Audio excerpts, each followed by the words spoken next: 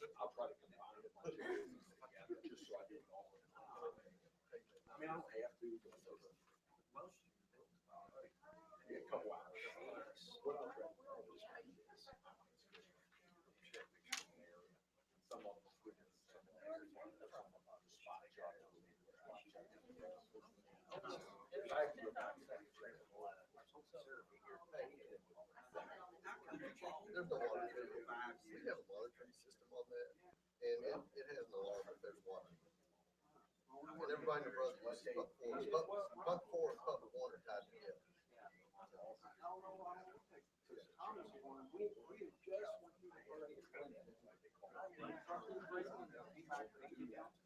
Yeah. And then that's actually your opinion.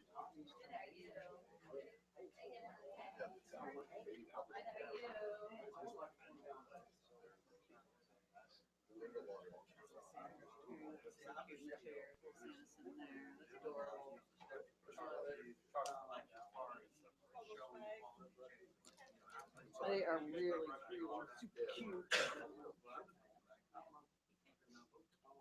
but no, it wasn't gas.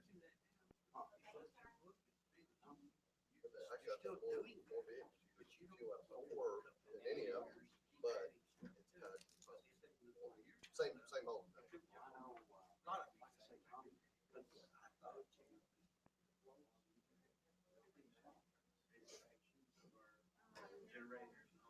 That was hard to believe it was the last one. Meet again until January 4th.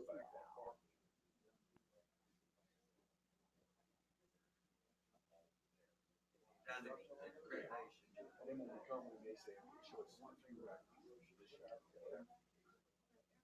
I was going to shut off the water last year.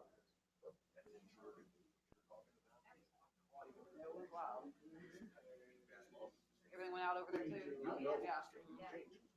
So was it free? Now we still have to pay 2 years.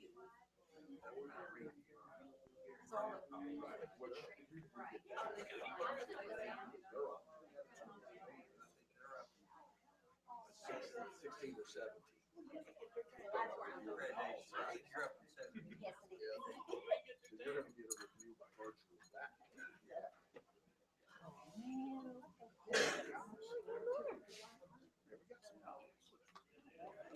Oh, okay. Did you grab it in your mouth? Yeah.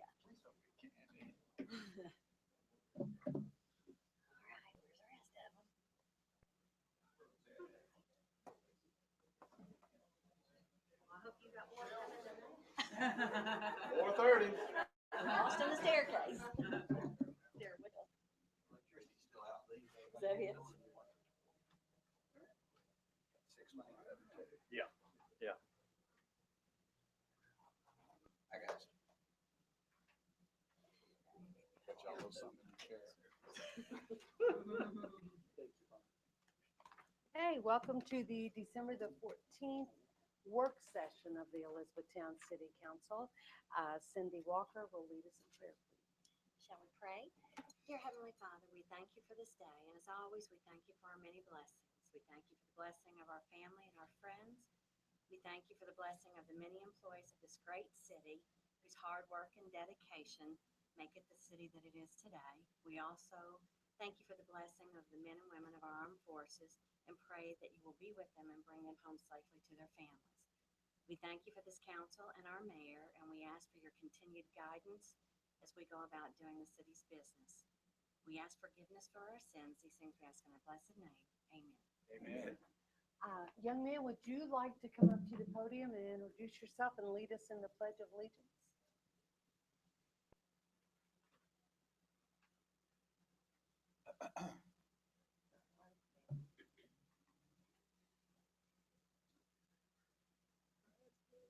Hi. I'm Jamal Baker from Troop 152. From where, sir? Troop 152, Boy Scouts down in Ronnieville. Okay. I pledge allegiance to the flag of the United States of America and to the republic for which it stands, one nation, under God, indivisible, with liberty and justice for all. What badge are you working? citizenship in the community. Thank you very much. Come back and see us Oh, again. sorry, Cindy.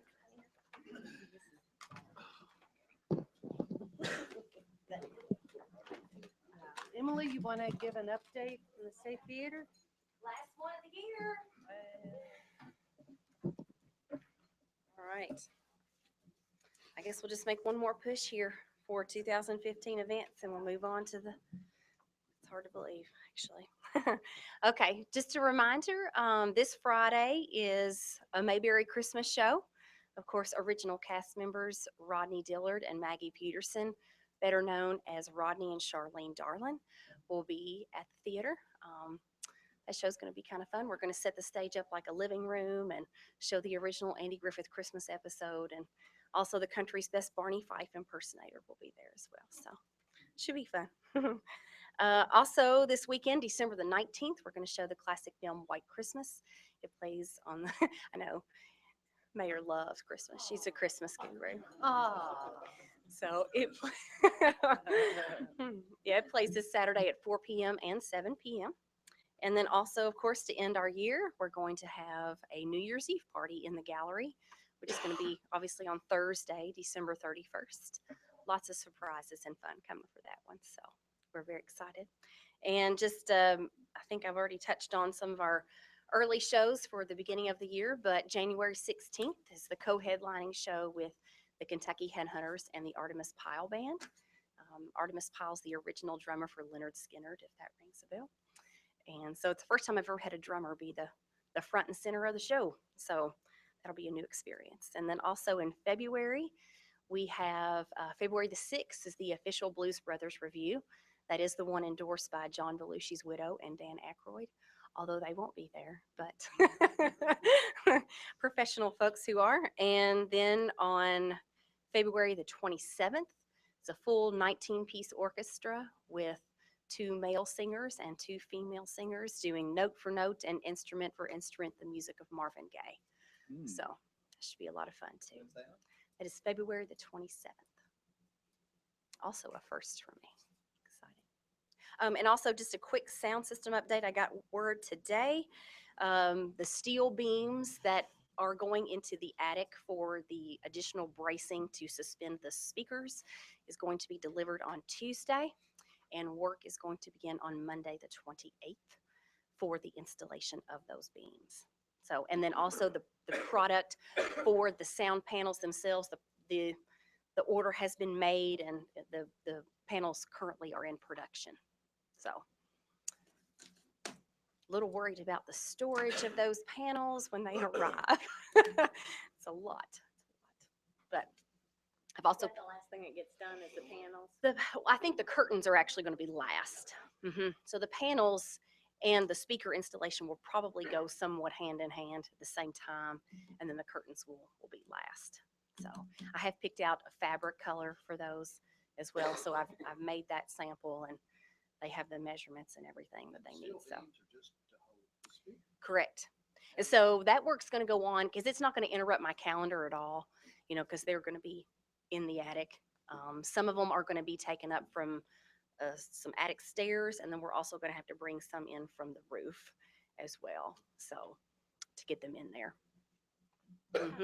Yeah, that's that Icon Engineering, you know, they said you need some additional bracing here to hold the weight. So part of it, but we're next on the list. Our contractor's been busy with a couple of other jobs, but it's coming very soon. Anything else? No? Thank you. Thank you, Emily. Chief? Mayor, Council. First of all, I want to say thank you very much for giving us a little bit of your time to give an official recognition for what I would say has been some great work and a lot of dedicated effort by EPD's Dispatch Center. This is, I consider, one of the greatest achievements you can have for any type of unit similar to this one. Also, as you already know, the Kentucky Association of Chiefs of Police have a similar accreditation process for police departments, and it's considered a great honor to be able to achieve that. This is something that's relatively new. I'm proud to say that we're the third in the state to achieve this recognition. To tell you a little bit more about it, I'd like to introduce to you Sean Butler. Sean is a retired chief from Independence Kentucky Police Department, and he's currently the accreditation manager for Kentucky Association of Chiefs of Police. I'm having a hard time talking today for some reason, so Sean, let's step up. And he can tell you a little bit more about the process. Mayor and council, thank you for having us on behalf of the Kentucky Police Chiefs Association. I echo Chief Schiller's remarks. This is quite an honor. A little bit of history about the program. The police end of this started in the early 90s. Less than 20% of all police departments have been able to achieve accreditation. Well, for about the last 10 years, we've discussed, how do we make this better? How do we get into the Public Safety Committee? And in the law enforcement end, there's only one chapter that deals with communication centers. Well, obviously in today's society, it's evolved in such a way that we felt it was quite necessary to reach out and make this a standalone program. I can't tell you enough about Daryl and his staff and how they reached out and wanted to get in this program. We were not even completed the program yet, and Daryl was on the phone with me. How do we get in? What do we do? We want to be a part of this. And that's quite an honor because we only took, well, we thought we were going to take 4. We ended up taking 12, and only 8 have been able to achieve it. And your department was the 3rd one in the state. They easily could have been 1st. Unfortunately, my schedule didn't get me here until they were 3rd. To tell you what they did, there are 60 standalone standards. They took a look at every facet of the operation of your communication center, from the policies that govern your employees to those things that govern how they dispatch your police, fire, and ambulance to make it better for your citizens. And they took it very serious, and they did a great job. I've been doing this for 18 years. Very seldom do I ever send us back a set of standards and say, you know what, I don't have anything else to recommend. Well, I will tell you, I sent that back to Daryl and I said, I don't say this often, so please take it as a huge compliment. And I can't say enough about what you all did, and Chief Schiller and his support. So that being said, I'd like to take this opportunity to formally present the certificate to your people here in front of your home. If you all could step forward.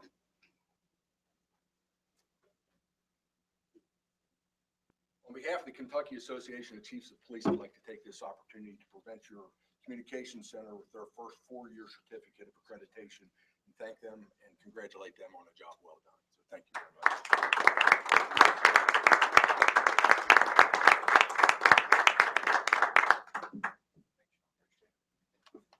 Okay, Daryl, you're not going to get away quite that easy. First, I want to say I really appreciate the comments the chief has made. This is a phenomenal achievement. It really, really is. I can appreciate just how much work goes into this. I've been involved in some of these processes before, not with this one. Daryl and his crew did this on their own. And for him to make the comments that he made about that, and I know him, and I know how tough this guy can be, is phenomenal. So I'm very, very proud of them. I think it shows a lot about not only their work, but their dedication to the police department, dispatch center, and the city. I'm very, very proud of them. They do great work, and this is just one example of that. So, Daryl, want to introduce your crew and say a few words? Thank you very much. Yeah, when this first come out, and I was kidding Sean before we started, we were at the leadership training last year in Barron County, and they announced that they were going to do this. And so me and Billy Joe was kind of like, well, we don't know if we want to do this or not. So we took, and they said they was going to be only 3 or 4 for the area first, and Louisville PD was doing it. So we're like, hey, we can probably hold off a little bit. The first day I come back, the chief said, well, did you volunteer for the, I said, no, but I'll get right on the phone. So, but it was a lot of work. I mean, we were proud it accomplished the way it was. It turned out really good. And I was shocked. The chief got the email before I did that he texted me, and I was off a day, and he texted me, he said, did you see the email about your accreditation? I'm thinking, oh no, this is it. Back to the drawing board. Because he kept telling me, don't be upset if you get it kicked back. Don't be upset. Several times he told me that. So it was really a shock that day when he called me and said he sent me the email forwarded. So, but Alicia Whitaker, she started out when we first started. They advised to form a committee, and I picked probably 2 of my best that we got, paperwork and everything. Really dedicated. Both of these are very dedicated employees. Are both really they're both interested, a lot of leadership, and I look to see some of them further down the line up here talking. And they're better talkers than me. Alicia Whitaker and then Melissa McGuffin. I've done good. They stay on me all the time, so. Well, we're certainly proud, very proud for the whole city. Thank you very much. Thank you. I appreciate it. Try to get them talking. It will be In a couple of years, Daryl, when you're gone, they'll That's be up right. here talking. three at least. Just Any- 3? Okay. Anybody have any particular questions before Chief Butler leaves? And I want to, again, extend a special appreciation to the chief. He drove 170 miles just to come here and do this tonight. So you're buying his dinner, right? I owe him a whole lot more than that. All right, okay. So thank you very much, Chief. Appreciate it. Thank you. Thank you. Appreciate it. Bye, Daryl. Thanks.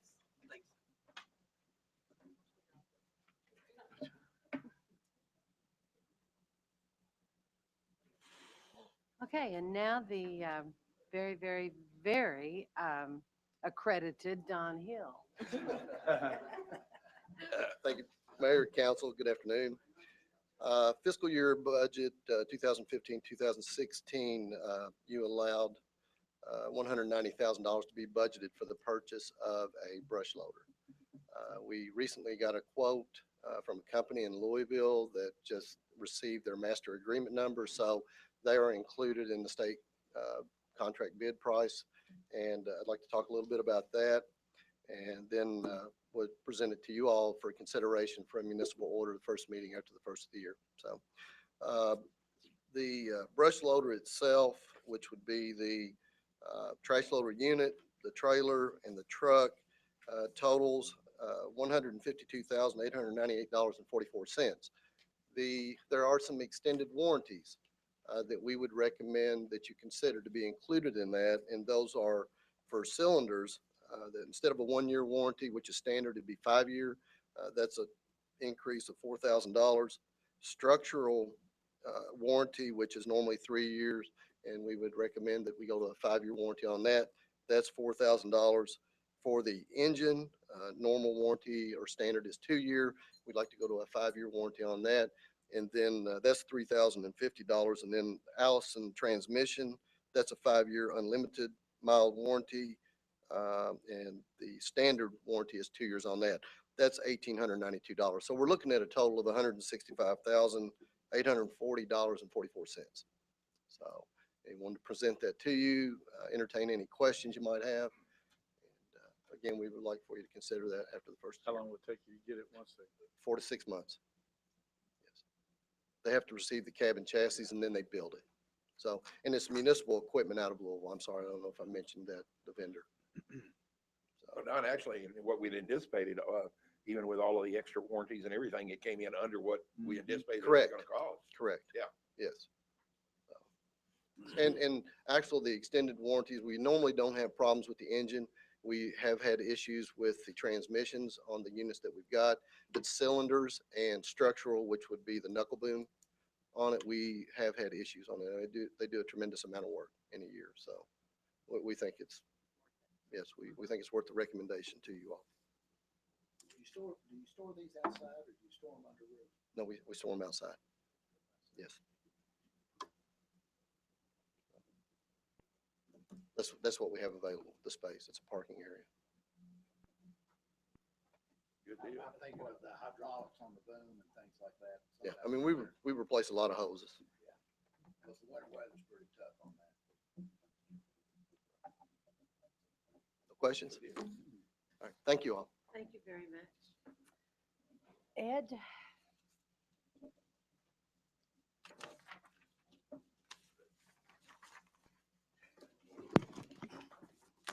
He is also very accredited. Holly, that's Holly. Earlier this month, you all were asked to accept some streets into our maintenance system. And you've also been asked to adopt ordinances that regulate parking on some of those streets. And I think after the meeting, we felt from a staff standpoint that we probably should have done a better job of explaining some of this. It doesn't happen that often. So just wanted to give you all some background into the process and procedures related to how streets develop and then get into our maintenance system. But because we have chosen to have a planning program, we get to have, under state law, then we can have regulations that tell you how you develop your property. So we develop street standards. That's done at the staff level. The various departments have their input, that is police, fire, public works, engineering, planning, to determine what is best for our community on how streets should be built. But under state law, that responsibility for those standards falls under the local planning commission. So those standards do not come before the city council for approval like the zoning ordinance does. The subdivision regulations are freestanding and only done by the planning commission. But you need to understand that the standards that are in those regulations are prepared by your staff. So the process, like I said, is dictated by a couple state statutes. One, setting up the program and the procedures is done under KRS 100. What we try to look for in street standards are safe movement of vehicles, pedestrian safety too. That's why in conjunction with a street cross section, you've got sidewalk standards that go along with that. We also look at drainage issues. And a number of years ago, the city had problems in that we had ditch line streets and we had people filling in the ditches to make on-street parking, and that caused drainage issues in neighborhoods. It was done prior to our process of encroachment permits. So we had, like I said, things going on in the city's right of way that we had jurisdiction over, but we didn't have standards or regulations for it. So the subdivision regulations and those street standards tried to address some problems that we had experienced in the past. And that's where the design of the streets is done now, from anything from how much rock you put below it to how much pavement is on, because that affects, as you all know, the city's budget and how often you have to resurface streets and do those kind of things.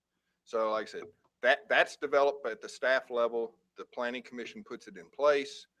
Then when somebody wants to develop their property, they go through that process before the planning commission. They show somebody, this is where I'd like to build a new street.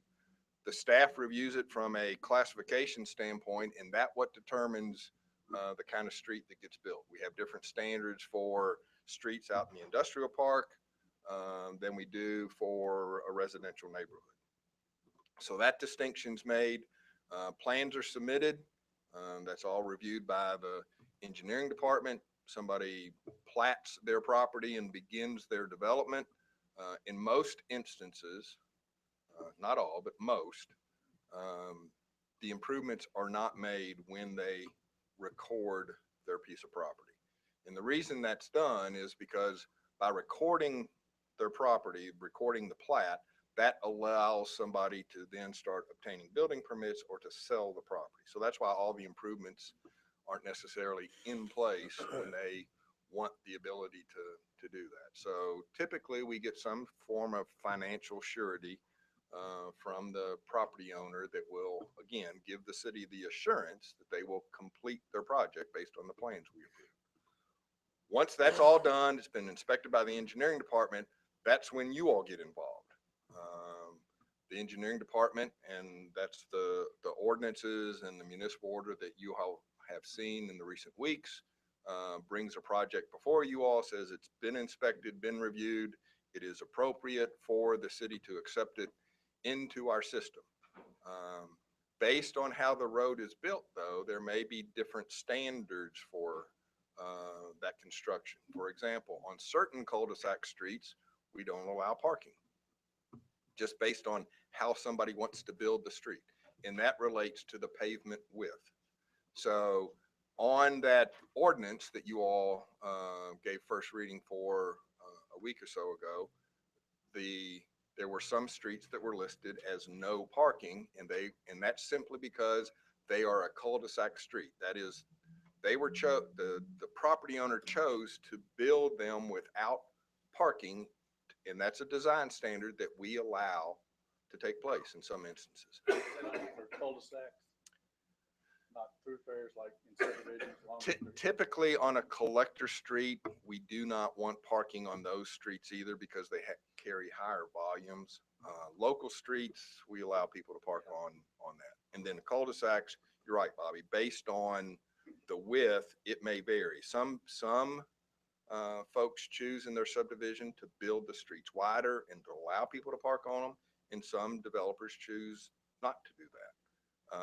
And the city we allow them to make that decision. The city doesn't say you have to build a cul-de-sac a certain way. That's one area that you get a choice. Now, like I said, on a collector street, we typically say when it falls in that classification, then you're not going to park on this street at all. And again, that's from a safety standpoint. We have larger volumes of traffic. We try to limit entrances to those streets a little bit more. That's why you will typically see in a subdivision today, if there is a street intersection and it's with a corner or the corner lot with a cul-de-sac or maybe a street that doesn't carry as much traffic, we typically tell you have to put your entrance on the street that carries less traffic. Again, because we want to cut down those conflicts of the turning movements on the streets that carry higher volumes. We typically try to space entrances further apart on streets that carry higher volumes and those kind of things. But that's in our standards. Now, there are times then the developer may ask for a waiver from those standards. And that's a procedure that's allowed under state law. It goes before the Planning Commission at the time the project starts.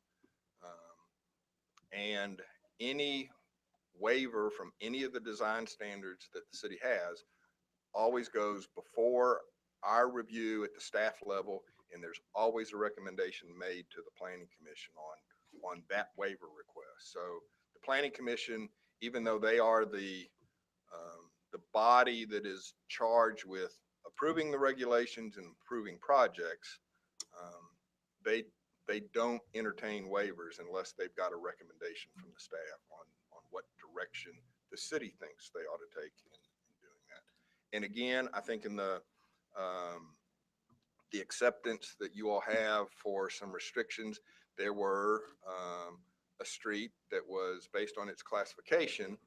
Instead of 28 feet of pavement, the pavement was narrower, and the Planning Commission said, well, if we're going to allow the developer to do that, then we're going to have to restrict that they can't park on this street, because we typically don't allow you to park along a street that's less than 28 feet wide. I mean, that's just a standard that the city uses. I can tell you that is one of the things that we talk about quite a bit from the staff level on the appropriate width of streets. Again, because we know it impacts the budget, but we're also concerned about making sure that the police and fire can get through an area in a timely manner for response, because folks like to park along the street. The discussion and the decision that the Planning Commission is faced with, that they try to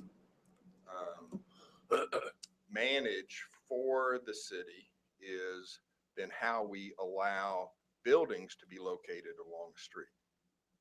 And the discussion is, if we allow narrower street widths where we know people can't park, then we need to look at the building setbacks to make sure people are putting in adequate length of driveways to allow people to park in a driveway. I will tell you that I think parking is one of the things that we have struggled with over the years, and will continue to do that based on in certain areas and in certain locations. I mean, people own more vehicles than we sometimes account for. I mean, More people live in the house. yeah, we're starting to see that. And like I said, we typically, under a single family standard, tell you that you have to provide parking for 2 vehicles. Like I said, most anymore, that seems to be more of a struggle, that most people have more than 2 vehicles at their residence. So that may be something that we'll continue to look at, and we may need to change that standard a little bit, which would affect, again, how the building is located on the lot or how wide the driveway is, and those kind of things. So like I said, we try to look at those issues because they all work together. How wide we allow a driveway, how many turning movements in and out of that driveway, and those kind of things. I guess the final point that I want to make that you all are, I guess, confronted with, or just so you know how we handle issues with new streets, because I think some of the question was, well, are we going to notify the property owners? And our office is going to work with the engineering department to make sure that takes place. But we need to understand that the new streets, we followed this procedure for a number of years now and have that acceptance and are making sure that they are in conformance with those standards. But we do have existing streets in the community that were built a number of years ago that may fit that same criteria, but we haven't restricted some of the on-street parking in those locations. It's typically been the city's procedure that we handle those based on when you all hear from residents who say, we think we have a parking problem, or the police or fire may notice a situation that, hey, we've got a lot of folks parking in this area that are inhibiting us to get through in a safe manner, and those are brought to you all. But I mean, we don't have a blanket policy right now that says every street in town, we're going to go back and look at the classification, we're going to look at the pavement width, and we're going to bring it to you all to whether it should be upgraded to our current standards of restricting on-street parking. Like I said, we've taken the position, the city has, that we'll handle those on a case-by-case basis. So just wanted to make you all aware of that. If you all feel we need to look at some of that differently, we'll be happy to. But I just have one question. Yes, ma'am. On the streets that we talked about, most of those were new construction Yes, ma'am. properties? Yes, that ma'am. We are taking over a year after they were built. So I think that's where Marty and I were confused. So for that first year, people could park on the streets because we had no signs up saying that they couldn't? Yeah, until you all pass an ordinance and until it's posted, It's not our. yeah, not our street. it's Okay. not, it's not in, it's officially not in the city's maintenance system. So, I mean, it is dedicated as right of way to the public. So everybody has the right to use it, but the city hasn't said, we're going to start taking maintenance responsibilities. Until you all take that action, then it's not, and we can't do that. I mean, because it's not our responsibility. Now, there is a safeguard in state law that tells a property owner that if this local community has regulations and you follow all their regulations, then we don't have a choice. I mean, we have to accept it. But what we're doing and what the engineering department is doing is making sure that those folks are following our regulations and building the things the way they should be. And that is the point that they will come to you all and say, it's all been constructed correctly. Now let's put it into the system. Until that point, yeah, I mean, there may be something they haven't built correctly or it's not finished. So even though people may drive on the street, maybe they didn't put that final inch coat of finished pavement on it. So it's really not a completed street. So we don't accept it until it's completed. And there may be deficiencies until that is done. But you're right. I mean, that may lead to some houses, some people living along the street that is a public way, but it's not in our maintenance system yet. You said, about a developer chose to make Mhm. less than 28 feet. Mhm. Will their building setbacks be further back so that? In some cases, that's a condition that the planning commission tries.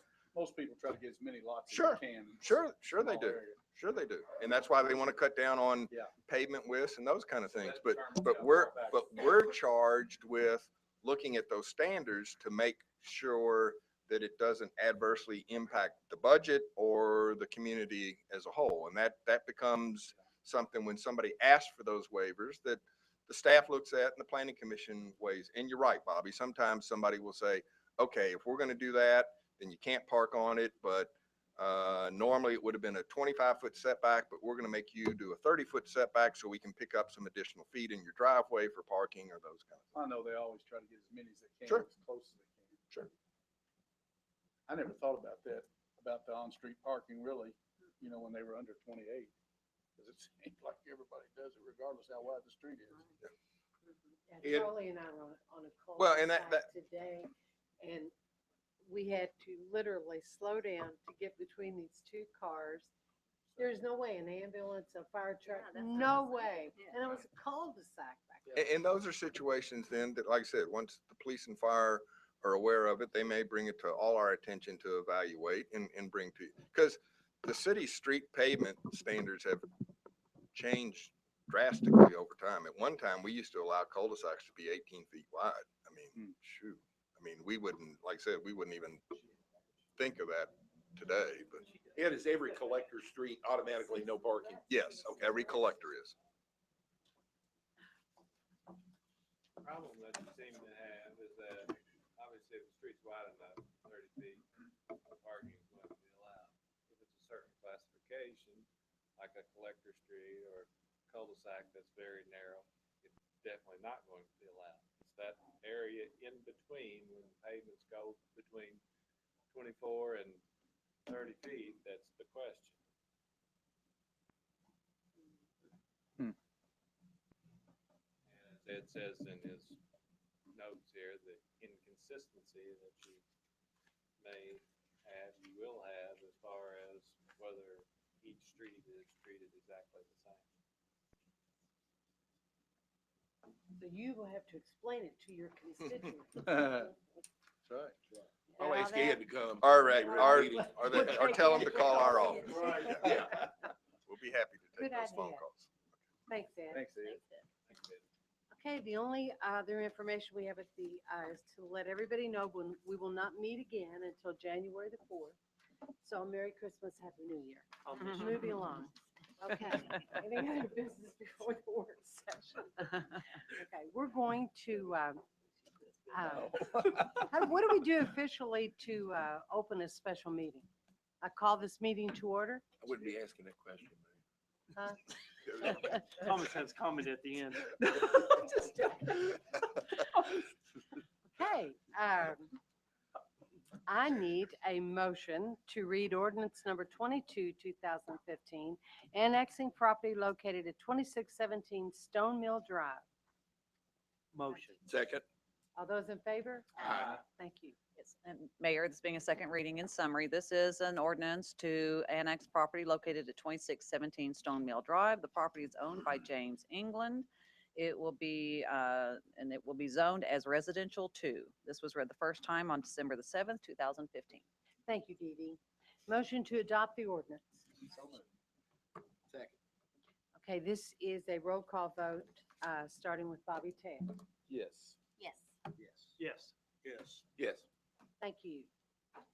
Okay, could I have a motion to close the meeting pursuant to KRS 61.810 to A, conduct deliberation on future acquisition or sale of real property by the city, and B, discuss the general nature of existing and possible litigation by the city. Mayor, you may. Motion. All those in favor? Aye. Thank you. And we do expect action. Got time. We'll make it fast. Got a lot of candy to eat upstairs before we come back down.